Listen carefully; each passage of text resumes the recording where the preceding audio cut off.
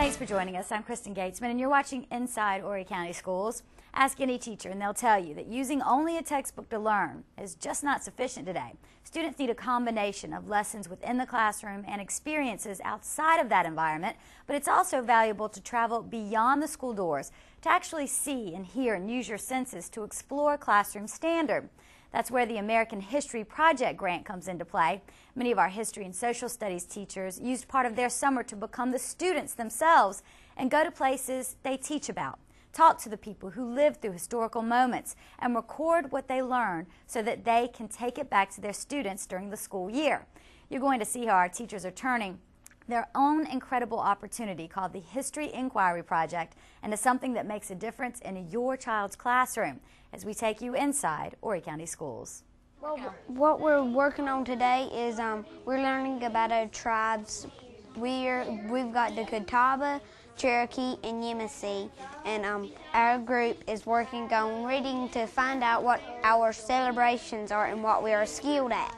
So we're going to look at social studies and the colonizations and the freedom and what was their religious freedom. These are history standards taught to our elementary school students. It's new information for these students, but something many of these teachers have taught over and over throughout the years. So how do you make a history lesson relevant and exciting for students and at the same time reignite a teacher's interest in something they already know, improving their teaching strategies? HIP. HIP is the History Inquiry Project, sponsored by the American History Project grant. The HIP project was just an exciting, amazing experience we got to go on this summer. We traveled around South Carolina for 3 weeks, started out in a classroom experience with 2 incredible professors. It was the most wonderful thing I've ever done. We got to go around the state and visit different historical sites. And not being from South Carolina myself, it really helped me a lot to understand a lot of the history that I was trying to teach about the state. Well, it gives you a chance. You're surrounded with people that do the same job you do every day. So when you're out on these experiences or these excursions and you're talking to each other, wow, this is a really cool place, or what we just learned is could really tie into such and such standard. You're on a bus with 38 people who are doing the same job you are, and you're kind of bouncing ideas off each other, and oh, we could build a lesson based on this. I'm able to better understand how each of these places fit into the history of South Carolina to begin with. So then it's easier for me to answer their questions. While these teachers turned students were out discovering history over a few days, they documented every experience, enabling them to bring some of that real-life history back with them to share for the entire school year with our entire district. Of course, with the help of Horry County Schools technology and online learning and teaching tools, such as our e-classrooms that allow educators to share ideas and strategies and more. What we do when we come back is we have to design a lesson, and we put that on an e-classroom where all the teachers in the area, all the teachers in Horry County can actually access it, share it, and see the lessons we put together. So it's almost just networking. We're forced to spend time together. This is our standard. What we did this summer was incredible because it covered just about the entire 3rd grade social studies curriculum. And what I did, I enjoyed taking pictures. So I was the person hanging in the back the whole time with the camera, and I've got over 1,200 pictures that I'm incorporating into my lessons every day.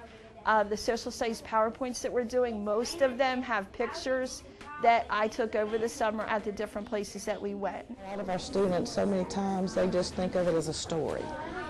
And I learned and I realized during the trip that, you know, this is real people and real stories, and it really happened to them. Through the HIP project, we were at one of the plantations on a very hot, humid, buggy day.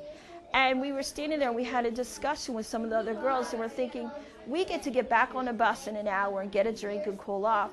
The slaves would be out there 12 hours getting eaten alive by bugs, and it makes you think, well, what was life here in this spot where I'm standing, you know, 150 plus years ago? It ignited an excitement in me that I know that I can share with my students. And when a teacher is excited, it translates into knowledge the students are interested in and retain. Because it is like if you read out of a book, you really don't get what people's thinking about. And it puts it right here. It internalizes to you. The history matters to you. If it matters to you, you can make it matter to the kids. If it doesn't matter to you, how do you get a kid to care about something if you don't care about it? So. She showed us pictures of the wattle and dove houses and earlier in the year, she was telling us about the urban, suburban, and all. Good job. And then we were talking about the regions of South Carolina, and they were pictures of the regions. Does it make you listen a little more? Yes. Sean Junkins also uses the History Inquiry Project experience to be a little more creative when it comes to his students' academic accountability. Well, what I've done to the documentation part of it is I've been turning our classroom projects into pieces of history. We did one in World War I, World War II, where we did activities, and instead of me worrying about the grading of it and all this stuff, I mean, I did grade it, obviously, but I would document it, come around, and basically videotape their conversation. But if you can take something and say, wow, what you're saying, the ideas you're sharing in here are so good, I want to put them on film. And not only that, I want to put them in a collection of the best stuff I have. I want to put it online for the world to see. You're telling the kid what your ideas are, what's going on in class. It's relevant. It matters. It matters to me. It matters to you. It matters to people out there. And letting them come up with a lot of their own ideas first, and then building on that. And it's amazing how well that does work with them. These teachers say that they can see and hear the results of the History Inquiry Project experience during class discussions and even when they test their students on their knowledge. They all said that being able to talk about history and say things like, I saw or I learned, really brings them together with their students and helps to make a connection with an experience, which simply helps students retain what they learn for a longer period of time than just memorization from a textbook. Of course, learning doesn't stop when you leave the classroom, and to help our students when they're at home, Horry County Schools offers after-school homework TV here on Channel 12. Students can call in and get help from actual Horry County school teachers during a live broadcast on Tuesday, Wednesday, and Thursday. Tuesday and Thursdays are dedicated to math. Wednesday, our teacher can help you with English language arts. Homework TV is an hour-long program that begins at 5 p.m. every Tuesday, Wednesday, and Thursday during the regular school year. For now, thanks for joining us. And for more information about Horry County Schools, just log on to our website, horrycountyschools.net, and come with us next time when we take you inside Horry County Schools.